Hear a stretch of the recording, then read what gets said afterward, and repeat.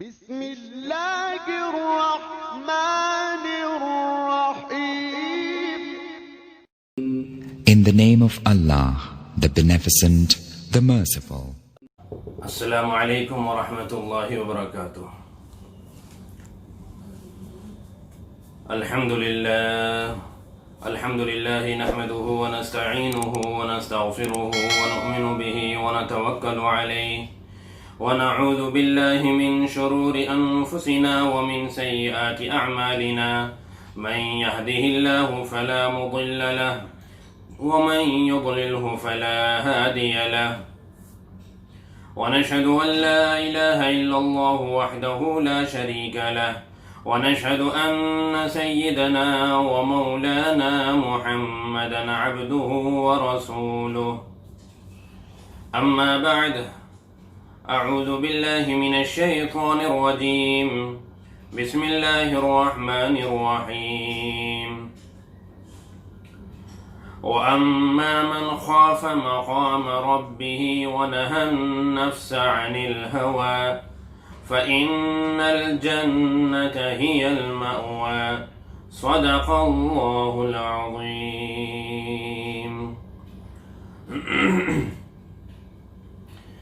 میرے محترم بزرگوں، دوستوں، عزیز ساتھیوں، یہ شوال کا مہینہ چل رہا ہے اور ابھی ماضی قریب میں رمضان المبارک کا مہینہ گزرا. اللہ تبارک و تعالیٰ نے روزے فرض کیوں کیے تھے؟ اللہ تبارک و تعالیٰ نے روزے فرض کیوں کیے؟ آپ نے اس سے پہلے سنا ہوگا، اللہ رب العزت نے خود اس کی وجہ بیان فرمائی.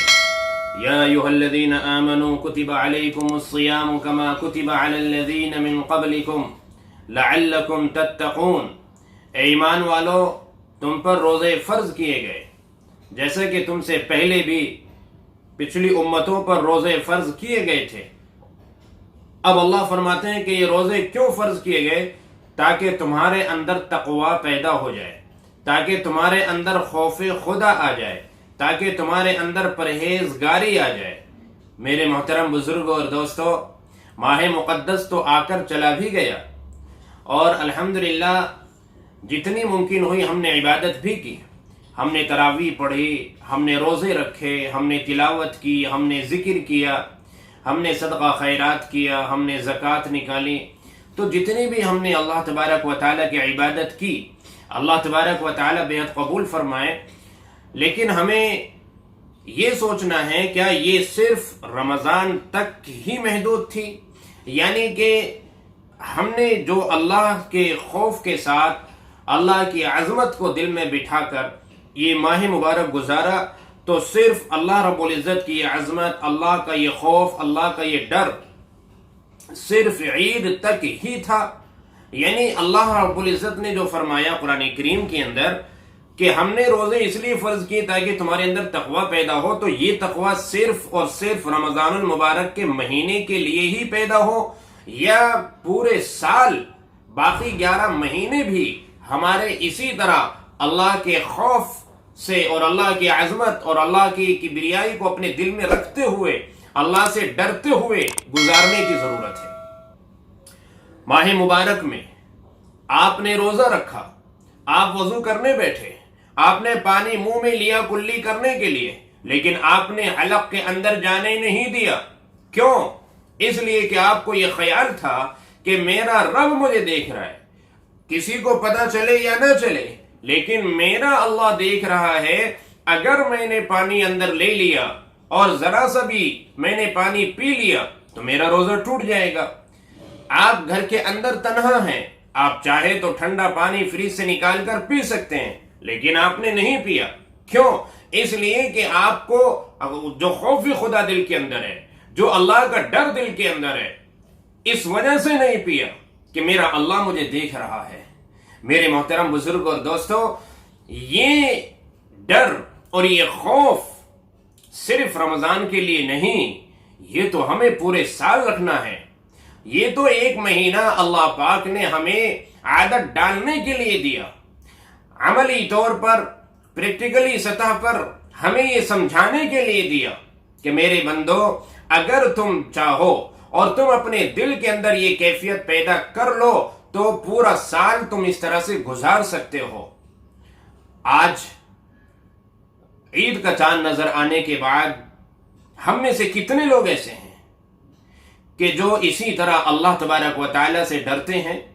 میرے محترم بزرگ اور دوستو، جس طرح ہمارے اندر ہمارے والدین کا ڈر ہے، جس طرح ہمارے اندر ہماری اولاد کا ڈر ہے، جس طرح ہمارے اندر ہمارے استاد کا ڈر ہے، جس طرح ہمارے اندر ہمارے پڑوسی کا ڈر ہے، جس طرح ہمارے اندر ہمارے رشتہ داروں کا ڈر ہے، جس طرح ہمارے اندر اور دوسرے لوگوں کا ڈر ہے، اس سے زیادہ حقدار اللہ ہیں کہ اللہ کا یہ ڈر ہم اپنے اندر بٹھائیں۔ یہ ڈر وہ دہشت والا ڈر نہیں ہے، یہ خوف وہ والا خوف نہیں ہے کہ جس سے انسان کسی خطرے کی وجہ سے ڈرتا ہے، نہیں، بلکہ جس طرح ایک بیٹا اپنے باپ سے ڈر رہا ہے اس کی عظمت کی وجہ سے، ایسے ہمیں اپنے رب کا یہ خوف اپنے اندر پیدا کرنا ہے۔ یہ ماہ مبارک اللہ نے ہمیں اس لیے دیا، لعلکم تتقون، جو اللہ نے فرمایا، اس لیے ہمیں اللہ نے یہ دیا ہے ماہ مبارک کہ ہم یہ اللہ کا ڈر اپنے اندر اس طرح سے پیدا کریں۔ کوئی بھی کام جب ہم کرتے ہیں تو ہمیں یہ ڈر ہوتا ہے، میرے والد نے دیکھ لیا تو وہ کیا کہیں گے اور میں انہیں کیا جواب دوں گا، میری والدہ نے دیکھ لیا تو میں پھر کیا ہوگا، میرے بہن بھائیوں نے اگر مجھے یہ کام کرتے ہوئے دیکھ لیا تو پھر کیا ہوگا، اگر میرے پڑوسیوں نے دیکھ لیا تو کیا ہوگا، میرے استاد نے اگر مجھے یہ کام کرتے ہوئے دیکھ لیا تو کیا ہوگا۔ میرے محترم بزرگ اور دوستو، یہ جو لوگوں کا ڈر ہمارے اندر ہے، اس سے زیادہ ڈر اللہ کا ہونا چاہیے، اس لیے کہ ایک دفعہ ہم لوگوں سے تو بچ سکتے ہیں، ہم انہیں تو دھوکہ دے سکتے ہیں، لیکن اللہ کو دھوکہ نہیں دے سکتے۔ مرنے کے بعد ہمیں اللہ کے سامنے پیش ہونا ہے، مرنے کے بعد اللہ کے سامنے کھڑا ہونا ہے، اللہ تبارک و تعالیٰ کو ایک ایک عمل کا حساب دینا ہے۔ یہ یقینی بات ہے، پورا قرآن بھرا ہوا اس سے کہ جب کل قیامت کے دن میدان محشر میں اللہ کے سامنے پیشی ہوگی، اللہ تبارک و تعالیٰ پوچھیں گے کہ میرے بندے بتا تو کیا عمل کر کے آیا، اپنی جوانی کہاں لگا کے آیا، اپنی عمر کن کاموں میں لگا کر آیا، اپنی جو صحت اور تندرستی تھی، تندرستی کے اوقات تھے، وہ کہاں پر خرچ کیے، اور تم نے کہاں سے کمایا، کہاں پر مال خرچ کیا، اور جو تمہیں دینی علم جتنا بھی معلوم تھا تم نے اس پر عمل کتنا کیا۔ تو قیامت کے دن یہ حساب اور کتاب، یہ اللہ کی عدالت اور اللہ کے سامنے پیشی، یہ ڈر ہم اپنے اندر پیدا کر لیں، یہی مقصد ہے اس ماہ مبارک کا، رمضان المبارک کا یہی مقصد ہے۔ اللہ تبارک و تعالی صرف ماہ مبارک کے رب نہیں ہے، اللہ تو پورے سال کے رب ہے، 12 کے 12 مہینوں کا خدا ہے اللہ۔ صرف ہم رمضان میں احتیاط برتیں اور باقی مہینوں میں احتیاط نہ برتیں، صرف رمضان میں تھوڑے سے اللہ سے ڈر جائے، باقی مہینوں میں اللہ سے نہ ڈریں، تو میرے محترم بزرگ اور دوستو، یہ تو روزے کے مقصد کے بالکل خلاف ہے، سراسر خلاف۔ تقوی کہتے کسے ہیں؟ جو اللہ فرما رہے ہیں کہ ہم نے روزے اس لیے دیے تاکہ تمہارے اندر تقوی آ جائے، یعنی خوف خدا آ جائے۔ آپ تنہائی میں ہیں، موبائل آپ کے پاس ہے، آپ کو کوئی نہیں دیکھ رہا ہے، ایسے میں شیطان دل کے اندر یہ داعیہ پیدا کرے گا، شیطان یہ دل کے اندر وسوسے اور خیالات لائے گا کہ چلو فلاں سائٹ پہ چل کے فلاں چیز دیکھ لے، فلاں چیز دیکھ لے۔ موبائل ہاتھ میں ہے، لیپ ٹاپ سامنے رکھا ہوا ہے، کمپیوٹر کھلا ہوا ہے، اب ایسی تنہائی میں شیطان دعوت دے گا غلط چیزوں کے دیکھنے کی۔ اس وقت اگر شیطان کو یہ جواب آپ نے دے دیا کہ میرا رب دیکھ رہا ہے، یہاں اس وقت کوئی ہے یا نہیں ہے، یہاں کوئی انسان مجھے دیکھ رہا ہے یا نہیں دیکھ رہا ہے، لیکن میرا اللہ مجھے اس وقت بھی دیکھ رہا ہے، یہ اگر آپ اپنے دل کی کیفیت بنا لیتے ہیں تو یہی بھی مقصد ہے ماہ رمضان کا، یہی مقصد ہے روزے رکھنے کا، یہی مقصد ہے۔ عید کا چاند نظر آیا، ہم سب نے خوشیاں منائیں، اور عید کا دن خوشیوں کا ہوتا ہے، لیکن یہ عید کا دن خوشیوں کا اس لیے ہوتا ہے کہ اللہ تبارک و تعالی نے جو انعام دینے کا وعدہ کیا ہے، ایک مہینہ محنت کی اور اس محنت پر جو اللہ نے انعام دینے کا وعدہ کیا، اس وجہ سے یہ خوشیاں ہیں۔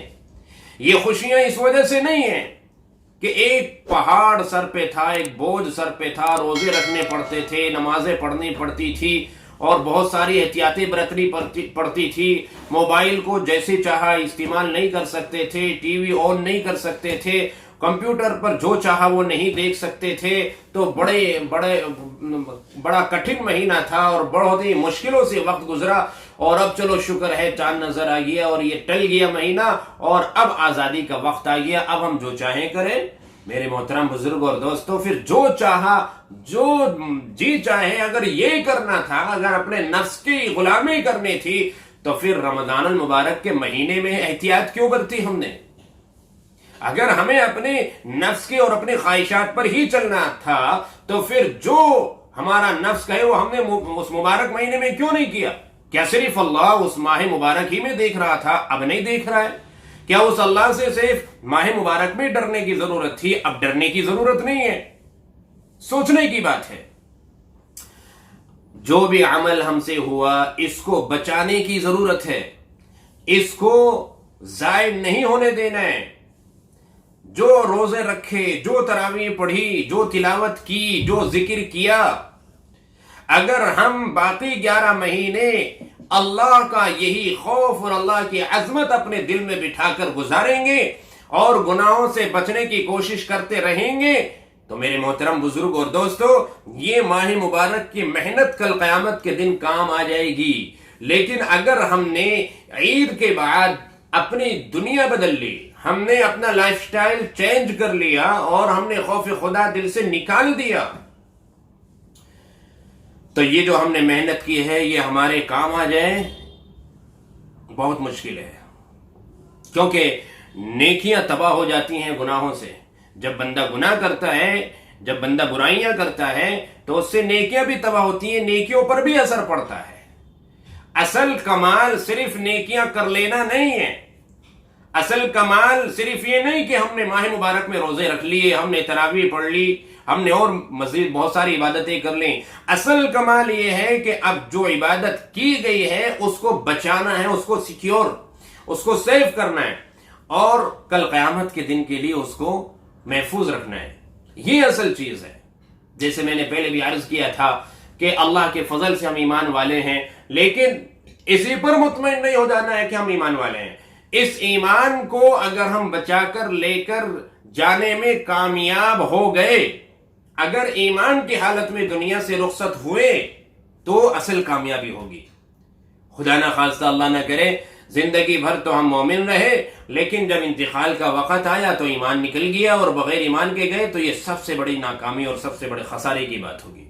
شیطان ہر وقت اس کوشش میں لگا رہتا ہے کہ مومن کے اعمال کس طرح سے ضائع کیے جائے، جو اس نے نیکیاں کی ہے کس طرح اس کی نیکیوں کو برباد کیا جائے، کس طرح اس کی نیکیوں کو تباہ کیا جائے۔ شیطان تو ہر وقت اس کوشش میں لگا رہتا ہے، لیکن میرے محترم بزرگ اور دوستو، ہمیں ہوشیار رہنے کی ضرورت ہے کہ ہم اپنے اعمال ضائع نہ ہونے دیں، ہم اپنی نیکیوں کو برباد نہ ہونے دیں، ہم ان کو بچائیں۔ آپ نے دیکھا ہوگا کہ شیطان ایک دم سے تو نہیں لاتا نا گناہ کبیرہ پر، ایک دم سے وہ آپ سے نہیں کہے گا کہ تم یہ بڑا گناہ کر لو، پہلے وہ چھوٹے گناہ کرائے گا۔ پہلے وہ کہے گا کہ کسی غیر محرم پر صرف نظر ہی ڈال لو، تھوڑی سی لذت حاصل کر لو۔ پھر وہ کہے گا کہ جب اتنا کر لیا تو تھوڑا سا یہ ہے کہ آنکھ مٹک کے بھی کر لو، اشارے کر لو۔ یہ بھی ہو جائے گا تو پھر وہ کہے گا کہ چلو کچھ بات چیت کر لو، ٹیلی فون پر ہی صحیح۔ پھر وہ کہے گا چلو ملاقات کر لو۔ اس طرح شیطان بڑے گناہوں کے اندر مبتلا کر دیتا ہے۔ لہذا علماء فرماتے ہیں کہ کسی بھی گناہ کو چھوٹا وہ گناہ نہ سمجھو، ہر گناہ اپنے آپ میں بڑا ہے، بڑے گناہ کی طرف لے جانے والا ہے، اور یہ طریقہ ہے شیطان کا جو تباہی کی طرف وہ لے جاتا ہے، آہستہ آہستہ، رفتہ رفتہ۔ میرے محترم بزرگ اور دوستو، ابھی ماہ مبارک مکمل کیا، ابھی ہم نے روزے رکھے، ابھی عید گزر چکی ہے، شوال کا مہینہ چل رہا ہے اور یہ رمضان کے بعد کا پہلا مہینہ ہے۔ لہذا ہمیں بہت کوشش کرنی ہے اس بات کی کہ ہمارے روزے ضائع نہ ہو جائے، ہماری نمازیں ضائع نہ ہو جائیں، اور ہم ان کو بچا کے، ان کو محفوظ کر کے ہم اللہ تبارک و تعالیٰ کے یہاں لے کر جائیں. اور یہ صرف اسی صورت میں ہو سکتا ہے کہ جب اللہ کا ڈر، اللہ کا خوف ہمارے دل کے اندر آئے. اگر اللہ کا خوف ہمارے اندر نہیں آئے گا، اللہ کا ڈر اگر ہمارے اندر نہیں آئے گا، تو پھر یہ ممکن نہیں. تو اصل چیز ہے خوف خدا.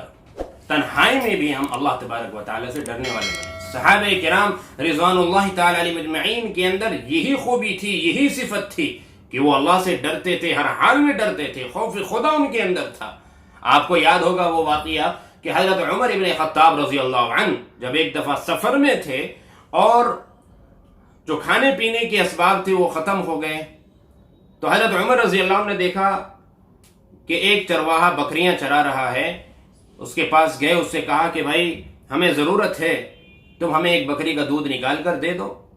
اگرچہ عرب والے مہمان نوازی میں، ضیافت میں پیش رہتے ہیں اور شروع سے ہی ان لوگوں کا مزاج ہے، اس کے باوجود وہ چرواہا کہنے لگا کہ جناب، چونکہ اس نے پہچانا نہیں کہ یہ حضرت عمر ہے، کہنے لگا کہ میں آپ کو دے دیتا، لیکن یہ بکریاں میری نہیں ہیں، ان کا مالک کوئی اور ہے. حضرت عمر بن خطاب رضی اللہ عنہ نے جب یہ جواب سنا تو اندر ہی اندر بہت خوش ہوئے اور مزید جانچنا چاہا، امتحان لینا چاہا اس چرواہے کا. تو امتحان لینے کی خاطر حضرت عمر رضی اللہ عنہ نے فرمایا کہ اچھا ایک کام کرو، ایک سودا کر لیتے ہیں جس سے تمہارا بھی فائدہ ہو جائے، میرا بھی فائدہ ہو جائے، تمہارے مالک کو پتہ بھی نہیں چلے گا. وہ یہ کہ تم مجھے ایک بکری فروخت کر دو، بیچ دو، اور اس کی رقم میں تمہیں دے دوں گا. بکری سے میں فائدہ اٹھاتا رہوں گا، سفر میں دودھ پیتا رہوں گا، اور پیسے تمہارے کام آ جائیں گے. اور جب مالک پوچھے تو کہہ دینا کہ بھیڑیا کھا گیا. ایک عام سی بات ہے، جنگل میں جب بکریاں چرنے کے لیے جاتی ہیں، ایک آدھ بکری ادھر ادھر نکل جاتی ہے، بھیڑیے کا شکار بھی ہو جاتی ہے، تو یہ کہہ دینا، یہ عذر کر دینا. وہ چرواہا کہنے لگا جناب، میرے مالک کا بھی کوئی اور ایک مالک ہے جو نظر رکھے ہوئے ہے. میں اپنے مالک سے چھپا سکتا ہوں، لیکن مالک کا بھی جو مالک ہے یعنی اللہ، اس سے کیسے چھپاؤں گا؟ این اللہ، یعنی اللہ کہاں گیا؟ اللہ تو ہر جگہ موجود ہے، تو میں کیسے اس سے چھپا سکتا ہوں؟ لہذا میں یہ خیانت نہیں کر سکتا.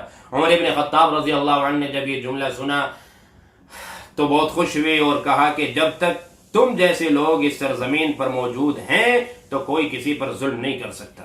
کیونکہ دل میں اللہ کا ڈر رہے گا، خوف رہے گا، تو کیسے کوئی کسی پر ظلم کر سکتا ہے؟ تمام پریشانیوں کا، برائیوں کا علاج ہے اللہ کا ڈر.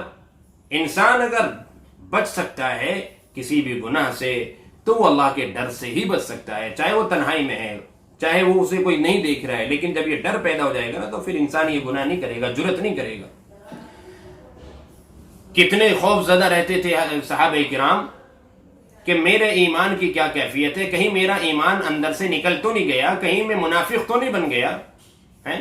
آپ دیکھیے کہ حضرت حنظلہ رضی اللہ عنہ آپ صلی اللہ علیہ وسلم کے پاس تشریف لاتے ہیں اور اپنی پریشانی کا اظہار کرتے ہیں اور کہتے ہیں کہ یا رسول اللہ صلی اللہ علیہ وسلم، میں تو منافق ہو گیا. آپ نے پوچھا کیوں؟ تو فرمایا کہ جب آپ کی مجلس میں ہوتے ہیں تو کیفیت کچھ اور ہوتی ہے، اور جب ہم اپنے بیوی بچوں میں چلے جاتے ہیں تو کیفیت کچھ اور ہوتی ہے. تو یہ میرے ایمان کی کیفیت بدلتی رہتی ہے. تو آپ صلی اللہ علیہ وسلم نے فرمایا کہ حنظلہ، یہ کیفیت ایک جیسی کبھی کبھی ہوتی ہے، ہر وقت نہیں ہوتی.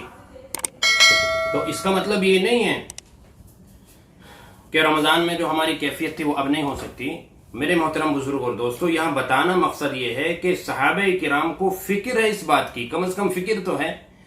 آج ہمیں کتنے فکر ہے اس بات کی؟ ہم اپنا اس محاسبہ کریں، ہم اپنا حساب لیں کہ مجھے کتنی فکر ہوتی ہے اس بات کی، اور کتنی مجھے ٹینشن ہوتی ہے اس بات کی کہ میں جتنے کام رمضان میں کر لیا کرتا تھا اب نہیں ہو پا رہے. کیا میں کبھی تنہائی میں بیٹھ کے سوچتا ہوں اور میں اللہ سے مانگتا ہوں؟ کیا مجھے کبھی فکر ہوتی ہے اپنے ایمان کی کہ میرے ایمان میں گراوٹ تو نہیں آ گئی، کمی تو نہیں آ گئی؟ تو لہذا ہمیں اس پر محنت کرنے کی ضرورت ہے، اپنے ایمان میں اور اضافہ کرنے کی ضرورت ہے، یعنی کہ اس کو بڑھانے کی ضرورت ہے. اور یہ بڑھے گا کیسے؟ جتنا زیادہ ہمارے اندر خوف خدا ہوگا، جتنا زیادہ ہم گناہوں سے اپنے آپ کو بچائیں گے، اور تنہائی میں خاص طور سے ہم جب یہ تصور کریں گے میرا اللہ مجھے دیکھ رہا ہے. یہ پیغام ہے اس ماہ مبارک کا جو ہمیں اس سے لینا ہے. یہ ایک میسج ہے جو ہمیں ہر جگہ پہنچانا ہے اور اپنے دوستوں کو بھی اس کی دعوت دینی ہے کہ اس رمضان کا مہینہ صرف جو اس کے اندر جو اعمال ہم نے کیے، جو ہم نے اس کے اندر اللہ کی عبادتیں کی، وہ صرف اور صرف عید تک محدود نہیں تھی. یہ تو ایک مہینہ ہم سے گزروایا گیا ہے اس طرح سے، باقی پورا سال ہمیں اسی طرح سے گزارنا ہے. عورتوں کی بھی، صحابہ کرام کی، مردوں کی تو کیا بات ہے، خواتین کی بھی اس طرح کی کیفیت تھی کہ مشہور واقعہ حضرت عمر بن خطاب رضی اللہ عنہ کا. مدینہ منورہ میں گشت کر رہے ہیں، جیسے کہ عادت تھی حضرت عمر رضی اللہ عنہ کی. دیکھتے تھے کہ کوئی پریشانی میں تو نہیں ہے، اگر کوئی پریشانی میں ہو تو اس کی پریشانی دور کی جائے، کوئی غلطی میں ہو تو اس کی اصلاح کی جائے. تو حضرت عمر رضی اللہ عنہ بہرحال گھوما کرتے تھے، مدینے میں گشت کیا کرتے تھے. تو ایک مکان کے قریب سے گزرے تو دو اردو کی آواز آئی. اس کے اندر ایک ضعیفہ خاتون ہے، ایک بڑی عمر کی خاتون اور ایک کم عمر کی کوئی جوان خاتون بول رہی ہے، آپس میں بات چیت ہو رہی ہے.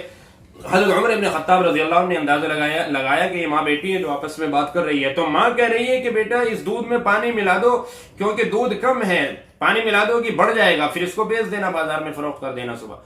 بیٹی کہتی ہے کہ نہیں اماں، حضرت امیر المومنین حضرت عمر بن خطاب رضی اللہ عنہ نے منع کر رکھا ہے کہ دودھ میں پانی نہیں ملانا، تو ہم نہیں ملائیں گے. تو اس کی ماں کہہ رہی ہے کہ بیٹا کون سا یہاں پر حضرت عمر دیکھ رہے ہیں تمہیں، ان کو پتہ تھوڑی چلے گا، ملا دو پانی. تو وہ خاتون کیا کہتی ہیں کہ عمر بن خطاب اگرچہ نہیں دیکھ رہے ہیں لیکن اللہ تو دیکھ رہا ہے، جو عمر کا بھی رب ہے وہ تو دیکھ رہا ہے، اس سے تو نہیں چھپا سکتے. کیسا ایمان تھا، کیسا تقوی تھا عورتوں کے اندر بھی. آج تو ہم یہ سمجھتے ہیں کہ نظریں بچا کے اگر کسی کا مال ہڑپ کر لیا جائے، کسی کا مال قبضہ کر لیا جائے، مار لیا جائے تو ہم موقع ہاتھ سے جانے نہیں دیتے ہیں. لیکن یہاں پانی ملانے کو تیار نہیں ہے کہ اللہ تو دیکھ رہے. حضرت عمر رضی اللہ عنہ کو اتنی پسند آئی یہ بات کہ اپنے بیٹے کا عبداللہ ابن عمر کا نکاح کا پیغام اس گھر میں پہنچا دیا حضرت عمر ابن خطاب نے. اور یہ بھی نہیں دیکھا کہ بھئی یہ ان کی کیا حیثیت، میری کیا حیثیت، میں امیر المومنین ہوں اور یہ ایک جھوپڑی میں رہنے والی غریب خاتون ہے. چونکہ اسلام کے اندر یہ چیز ہے ہی نہیں، تو عمر ابن خطاب رضی اللہ عنہ نے اپنے بیٹے کے نکاح کا پیغام پہنچایا اور اس لڑکی سے اپنے بیٹے کا نکاح کرایا. اور انہیں کی پشت سے حضرت عمر ابن عبدالعزیز جیسے خلیفہ راشد پیدا ہوئے، جو اسلام کے 5ویں خلیفہ کہلائے جاتے ہیں. تو میرے محترم بزرگ اور دوستو، جب یہ خوف خدا ہوتا ہے، جب یہ تقوی آتا ہے، جب یہ پرہیزگاری آتی ہے، تو پھر اس کے اثرات بھی اسی طرح کے آتے ہیں. آنے والی نسلوں تک اس کے اثرات جاتے ہیں، صرف اسی وقت تک محدود نہیں رہتے، آنے والی نسلوں تک اس کے اثرات جاتے ہیں. تو لہذا ہمیں رمضان المبارک کا یہ پیغام لینے کی آج ضرورت ہے کہ جس طرح ہم نے ماہ مبارک اللہ کے خوف سے گزارا ہے اور روزہ ہم نے نہیں توڑنا گوارا نہیں کیا، کیونکہ اللہ دیکھ رہا ہے. اگر ہم کچھ روزہ رکھ کے کھائیں گے پیئیں گے تو میرا رب مجھے دیکھ رہا ہے. اسی طرح ہمیں 11 مہینے گزارنے ہیں، اسی طرح ہمیں اپنا پورا سال گزارنا ہے. تو میرے محترم بزرگ اور دوستو، جب ہم اس طرح پورا سال گزارنے لگیں گے تو انشاءاللہ اللہ ہم سے راضی ہوں گے، اللہ تبارک و تعالیٰ کی ناراضگی دور ہوگی. اور یہ ڈر جب آ جائے گا دل میں تو اس کی جو بشارت قرآن کریم کے اندر اللہ پاک نے سنائی ہے کہ وَأَمَّا مَنْ خَافَ مَقَامَ رَبِّهِ، جو اپنے رب کے سامنے کھڑے ہونے سے ڈرا، یعنی اسے یہ خیال آیا کہ میرا رب مجھ سے حساب لے گا، میں اپنے رب کو کیا جواب دوں گا اگر آج میں نے یہ کام کر لیا. اور اس نے اپنے نفس کو روکا گناہ کرنے سے، اپنی خواہشات کو گناہوں میں پڑنے سے روک لیا اس موقع پر، تو اللہ فرماتے ہیں کہ اس کا ٹھکانہ جنت ہے. اس کا ٹھکانہ کیا ہے بھائی؟ جنت ہے. اور سورہ رحمان میں تو اللہ فرما رہے ہیں وَلِمَنْ خَافَ مَقَامَ رَبِّهِ جَنَّتَانِ، کہ جو اپنے رب کے سامنے کھڑے ہونے سے ڈرا تو اس کے لیے 2 جنت ہیں.